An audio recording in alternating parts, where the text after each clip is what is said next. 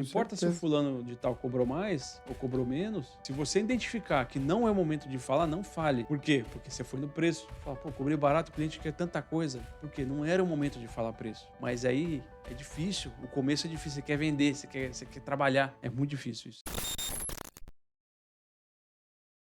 Bom, rapaziada, de novo aqui, de volta aqui ao podcast Arquiteto X. Vamos dar continuidade aqui. Agora a gente vai falar sobre comunicação eficaz. Vitão, o que é comunicação eficaz e por que é tão importante para a profissão de vocês da arquitetura? A comunicação eficaz é a habilidade de transmitir suas ideias de forma clara e compreensível. Basicamente é isso. Você fazer com que as pessoas te entendam. Só que, por mais óbvio que pareça, não é todo mundo que consegue. Eu sempre falo assim, vou ter que explicar como se estivesse explicando para uma criança. Aí você vai ver que você está tendo uma comunicação eficaz. Você tem que ser muito bem claro. Por exemplo, que você vai pegar um cliente que não entende nada, vezes nada, ele só quer fazer um trabalho, não entende nada de nada, como é que você vai explicar o que você vai fazer? É aí que entra a questão da comunicação eficaz. Por exemplo, você não vai falar com o cliente da mesma forma que você fala com o pessoal de obra. Por quê? O pessoal de obra tem uma linguagem mais técnica. O cliente não. Você tem que saber distinguir sua linguagem de acordo com a pessoa que você está falando. Você não pode ser um técnico na frente de um cliente. Você tem que encontrar a forma de comunicação mais simples possível para que a sua comunicação seja eficaz. Eu lembrei daquele caso de uma das últimas obras que você entregou e a tua cliente falou que queria um cantinho do lado da cama dela lá para fazer leitura. Você explicou para ela sobre a iluminação, como ela não ia só fazer leitura, ela também ia escrever e a iluminação que você estava colocando por causa dos lumens, não sei o quê, e você explicou que não podia fazer sombra a hora Assim, é verdade. que ela fosse escrever. Não só ler, né? E aí ela falou: não, é isso aí. É exatamente isso. É você tentar explicar de uma forma simples para o cliente, de forma que ele entenda, né? Você falou da questão dos lumens e tal. Eu não vou explicar um número X de lumens, não sei o que, a não ser que Ah, ela me dê esse feedback, que ela fale, que ela demonstre que ela entenda, né? Ou que ela me peça para explicar como é que eu calculo a potência da iluminação. Quando você explica, dependendo do tipo de iluminação, vai gerar benefícios ou problemas, né? De uma forma simples, a pessoa fica mais fácil de fluir com o projeto, né? Então, a comunicação eficaz ela é vital para garantir que as expectativas dos clientes sejam realizadas com sucesso. Não só as expectativas do cliente, mas também as expectativas de todo o pessoal, de equipe, fornecedores. dentro desse contexto, agora eu vou te perguntar, Vitão, quais são esses elementos chaves dessa comunicação eficaz? Eu vou citar alguns aqui para a gente poder tentar ser o mais objetivo possível. Elementos chaves na comunicação eficaz incluem, por exemplo, clareza, é o que eu acabei de falar, você ser claro, você se simplifica, sabe? Seja simples na sua forma de falar. Você trazendo clareza na sua comunicação é um elemento chave. É um não, é o elemento chave que vai fazer com que o processo todo flua com mais tranquilidade. Outro item importante aqui é a escuta ativa. Presta atenção no que as pessoas estão dizendo, se você está numa reunião, se você está com um cliente, se você está na obra. Escuta ativa. A gente falou sobre isso, né? Foca no Sim, cliente. Esteja ali presente com ele. Não fica se preocupando com o celular, com fulano, com o que você tem que fazer, que você vai ter que sair daqui a pouco, você tem que fazer compra, você tem que ver outro cliente, você tem que ir em obra, você tem que fazer qualquer coisa. Praticar a escuta ativa é isso, é você estar ali. Outro elemento chave é a empatia, como a gente já conversou. A empatia, junto com a comunicação clara, esses elementos chave combinados vão te levar para outro nível, cara. como melhorar essa comunicação com os clientes, Vitão?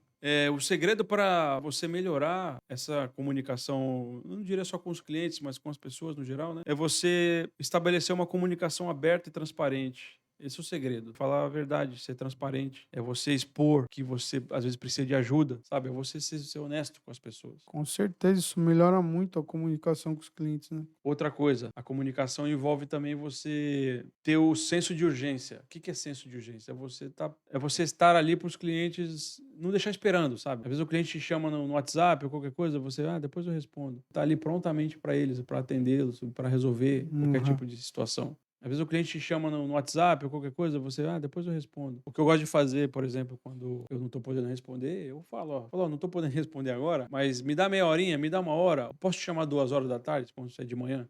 Posso chamar tal hora? E você está presente para o cliente. Isso é um exercício que vai melhorar o seu relacionamento. O cliente sabe que ele vai te chamar e você vai estar ali. Tem gente que fala, não trabalho domingo. Não trabalho, só trabalho segunda a sexta. Mas fala que você não trabalha domingo, não deixa de atender o cliente. Fala, hoje eu tô de folga, a gente pode resolver isso amanhã? Ó, eu tô viajando, pode resolver isso amanhã? É urgente? Você demonstra preocupação com ele, né? Você demonstra interesse com o cliente em resolver, isso gera conexão e relacionamento a longo prazo. Por isso que eu acho fundamental aquela sua pré-entrevista com o cliente, quando você vai conhecer o cliente, aquela conversa antes de tudo que você faz, e senta com ele e fala o que que você precisa, qual é o teu desejo, que aí o teu projeto fica mais assertivo, né?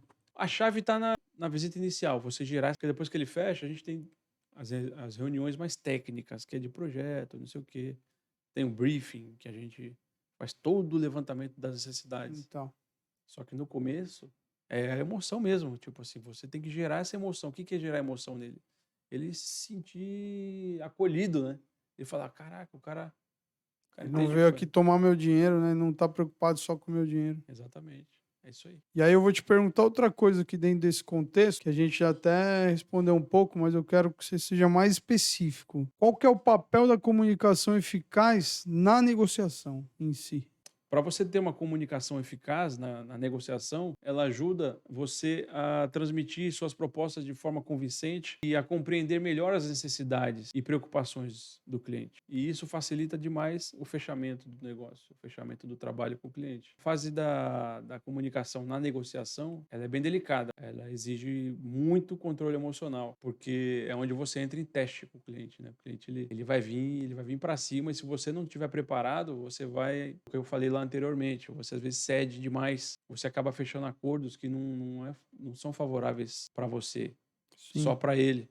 Né? Às vezes ele acaba colocando pressão, tá, mas eu falei com o fulano de tal e o preço dele tá melhor, o que que você pode fazer? É você saber ter esse controle emocional de que muitas vezes quando ele já entra, por exemplo, direto no preço, ele está querendo jogar, mas não é o momento de você falar o preço ainda, porque você não chegou numa com solução, certeza, você não estudou a fundo a necessidade dele. Não com importa se o certeza. fulano de tal cobrou mais ou cobrou menos, se você identificar que não é o momento de falar, não fale, sabe? Você fala, não, eu vou tentar, vamos fazer o seguinte, eu vou tentar fazer o preço que ele fez para você. Aí o que que vai acontecer? Muitas vezes, como já aconteceu comigo, Uhum. eu com medo de perder a venda, é você vender um Fusca e o cliente quer uma Ferrari, entendeu? Por quê? Porque você foi no preço. Fala, pô, cobrei barato, o cliente quer tanta coisa. Por quê? Não era o momento de falar preço. Era o momento de você identificar o que ele precisa. E é aí que entra o controle emocional e a comunicação eficaz. E a empatia é a inteligência emocional, porque você tem que saber lidar com esse momento. Você fala,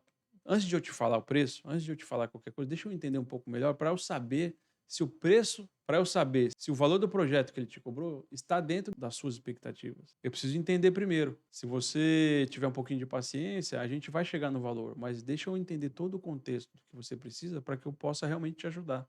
Não adianta eu vir aqui te cobrar um valor se às vezes não vai te atender. Se eu chegar e cobrar menos do que você, menos um outro profissional cobrou de você, às vezes é metade do serviço que eu tenho que te oferecer, para que realmente, de verdade, atenda às suas necessidades. Mas aí é difícil, o começo é difícil, você quer vender, você quer trabalhar, é muito difícil isso. Então é um exercício que você tem que estar todo o tempo fazendo. E se você já tem essa consciência de que você precisa trabalhar o controle emocional, você já está um pouco mais avançado, você está à frente do cliente. Você sabe o que ele vai perguntar. Você fala, não, se ele perguntar X, eu vou responder isso. Se ele perguntar não sei o que, eu vou responder isso. Você já tem mais ou menos o script de venda já. Você já vai ter o script de vendas ali, faz a negociação. Você tá falando e eu tô lá no processo de venda. Você sabe que a negociação foi bem sucedida quando a comunicação é realmente eficaz, porque nós vamos falar disso ainda, que é o processo de venda. Sim, Você tem que estar extremamente ligado, focado e ciente que são etapas. Você está conduzindo o cliente para o fechamento. Se o cliente pular uma etapa, cabe a você, que nem você falou, ainda não é o momento de falar disso. Ó, traz ele um pouquinho para trás, um pouco, para chegar aqui, você precisa entender ele num determinado momento. Então, assim, a negociação é bem sucedida quando essa comunicação ela se faz eficaz dentro das etapas do processo. exatamente. Correto? Foca no Você que está processo. conduzindo ele para o fechamento. Você tem que ter isso muito claro. Isso tem que estar internalizado em você. É. Mas é um processo. Você tem que exercitar, exercitar, exercitar. Exatamente. Você vai fazer uma visita, 2, 3, 10, 20, 30, 50. E aí, aos pouquinhos, uma após a outra, você vai ganhando força, vai ganhando força, vai ganhando estrutura. Tem caso de cliente que fala assim pra você, já no primeiro momento, assim, fala: Vitor, eu quero fazer essa reforma aqui, ó, e eu tenho 200 mil. Ele já te dá um valor assim, cheio pra você trabalhar? Tem, acontece. Acontece poucas vezes, porque quando o cliente não me conhece ainda, ele ainda não confia em abrir quanto ele tem para investir, porque eles têm esse costume de cobrar por comissão de obra. Pô, se Aham. eu tenho 1.000, ele vai me cobrar 10. Se eu tenho 300 mil, ele vai me cobrar 10%. O que que eu falo, né? Quando o cliente chega para mim e fala que já tem o valor, já tem um limite, um teto, para mim é muito melhor. Eu falo o seguinte, ao contrário do que muita gente pensa, o meu trabalho é viabilizar o seu projeto. Então, eu sabendo o meu teto de investimento, eu sabendo o seu teto de investimento, eu consigo trabalhar as melhores opções para você. Entendeu? Por exemplo, se eu sei que você quer fazer uma reforma numa casa, tem 50 mil, às vezes não dá, não é suficiente. Mas a gente consegue minimizar isso, dependendo do tipo de acabamento, um piso mais caro, um piso mais barato, uma tinta mais cara, tinta mais barata, às vezes uma iluminação mais barata. Já teve casos de que uma obra de reforma que não fui eu que fiz o projeto, só peguei a obra, Aham. chegou o projeto de iluminação no apartamento e aí fizeram as cotações nas lojas e a média deu 7 mil reais só de iluminação. Um apartamento de 2 quartos, pequeno. Eu acho que tinha 60, 70 metros quadrados. A cliente pulou. Ela falou, caraca, como é que eu vou gastar 7 mil reais de iluminação? Aí eu falei, ó, se você quiser, eu consigo diminuir isso para você. A gente trabalha uma iluminação mais simples, por mais que eu não tenha feito o projeto, mas que atenda a sua necessidade. Aí eram calhas, né, de iluminação e tal, eu tirei, coloquei uns spotzinhos de LED e tal. Ela gostou, uma iluminaçãozinha mais básica, mas ficou top demais. De 7 mil caiu para 1.500, não lembro, mas foi 1.000 e pouco. Entendeu? Isso gera o quê? Gera empatia com o cliente, porque você Com realmente está preocupado certeza. com o cliente. Ao contrário do que muita gente pensa, o nosso trabalho é esse, é viabilizar o sonho do cliente. Então, quando o cliente vem com valores em mente, é sensacional, é muito bom. E aí a gente já tá falando de uma comunicação que não foi eficaz, né? Sim, Porque está no projeto foi acordado lá sim. antes, né? Não, e durante as reuniões de briefing, por exemplo, quando a gente fecha o contrato, eu fechei o projeto, eu já meio que preparo ele para as reuniões de briefing. Falo, ó, a gente vai fazer a reunião de briefing, a gente vai identificar suas reais necessidades agora focado no projeto, mas é importante que você lá na frente você me diga o seu teto de investimento, quanto você tá, ou uma margem, nem que Uhum. seja 20% para cima, 20% para baixo, para eu poder saber como é que eu vou trabalhar, principalmente os materiais para você. Se eu não tenho um valor, a gente vai colocar os melhores materiais. Não vai conseguir viabilizar a obra, porque os valores vão exceder as suas expectativas. Mas é importante que você não precisa me falar agora, vê o que você vai precisar fazer e me passa depois, durante a reunião, para a gente poder trabalhar o projeto da melhor forma. E outra coisa que eu faço também, na minha planilha orçamentária, eu não coloco comissão, eu tenho o meu valor. Eu falo que eu sou um colaborador, assim como o pedreiro, o pintor, o gesseiro, o eletricista. Cada um tem o seu valor. Eu Sim. faço parte daquele quebra-cabeças, que é o processo da obra. Eu faço parte do projeto. Eu sou uma pessoa que faz parte do processo. Então, ele recebe a planilha com todos os valores do pedreiro, Gesseiro, do engenheiro, pintor, do todo gesseiro, mundo de todo mundo. da tua equipe, né? Aí tem durante a elaboração do projeto, por exemplo, de gesso, teto de gesso, material e mão de obra. Então, a Sim. planilha é limpa, clara, ela é transparente. A gente abre esses valores para o cliente, ele se sente mais confortável. Às vezes ele fala, pô, Vitor, eu quero pôr mais uma grana aí, tô aí pra gente poder melhorar esse projeto. Por quê? Ele sabe que eu não tô cobrando comissão das coisas. Isso é muito bom e isso ganha confiança. Então, e aí o que eu achei legal, que, por exemplo, aquela obra que eu visitei lá em Copacabana que tu tava fazendo, comunicação eficaz aí, ela melhora demais, né? A colaboração com a equipe do próprio projeto. Vi lá que o gesseiro tinha um projetinho colado para ir lá, de tudo que ele ia fazer, o marceneiro tinha outro, o cara na cozinha tinha outro. O que eu faço assim, né? Geralmente, eu faço 2 tipos de projeto. Eu gosto de fazer isso. Por exemplo, tem o projeto do cliente, que é o projeto a volumetria, que é o 3D, que é a parte eletrônica, Aham. tem materiais e tal, não sei o quê, aquela parte bonita. Mas o cliente não quer saber de projeto elétrico, na maioria dos casos, né? Sim. Um ou outro quer se inteirar. Onde é que vai ficar interruptor, tomada e tal? Mas aí eu falo, ó, esse projeto é da obra. Então a gente faz um projeto mais técnico. São 2 tipos de projeto. E dentro desse projeto técnico, eu procuro também simplificar o projeto de uma forma que a comunicação seja mais fácil, seja uma comunicação eficaz, né? Então, tem gente que, se você olhar na norma de projetos, tem aqueles quadros de códigos e tal, não sei o quê. Eu gosto de escrever, eu escrevo mesmo aqui, ó. Vamos supor, sei lá, por exemplo, na planta baixa, vou dar um exemplo, planta baixa de um ambiente, vamos supor, numa sala. Aí você tem o código de piso, parede e teto. Aí você tem piso, é um códigozinho lá, é um círculo, vou dar um exemplo, um círculo com uma numeração. A parede é um triângulo com uma numeração. O teto é um quadrado com uma numeração. Isso tudo vai para uma tabela de códigos. Cada ambiente tem o símbolo do piso, que é o círculozinho, e cada ambiente tem um número. A sala número 1, quarto número 2, cozinha número 3. E aí eu tenho que ir lá na planilha fazer bolinha 1, bolinha 2, o piso da cozinha. Eu acho, na correria do dia a dia, isso atrapalha um pouco. Então eu pego e escrevo, piso tal, tal, tal. Aí na cozinha, piso tal, tal, tal. Puxo uma linha de chamada lá e eu escrevo, rodapé, tal, tal, tantos centímetros. E isso facilita com os pedreiros, porque sabe, o pessoal da obra não tem paciência. Você chega lá com um projeto todo complexo, eles vão ficar todo o tempo te ligando. Todo tempo você vai ter que ir lá para poder resolver dúvidas. Então, quanto mais simples, melhor. Às vezes até foge um pouco da norma de projetos, mas o resultado final é o mesmo, sabe? Se eu que trabalho com obras pequenas, né? Eu acho Uma obra que mais complexa. facilita demais o entendimento da equipe, né? Eu prefiro essas obras rápidas e pequenas porque gera mais fluxo, né? Mas agora tem obras maiores que demandam um padrão técnico mesmo, né?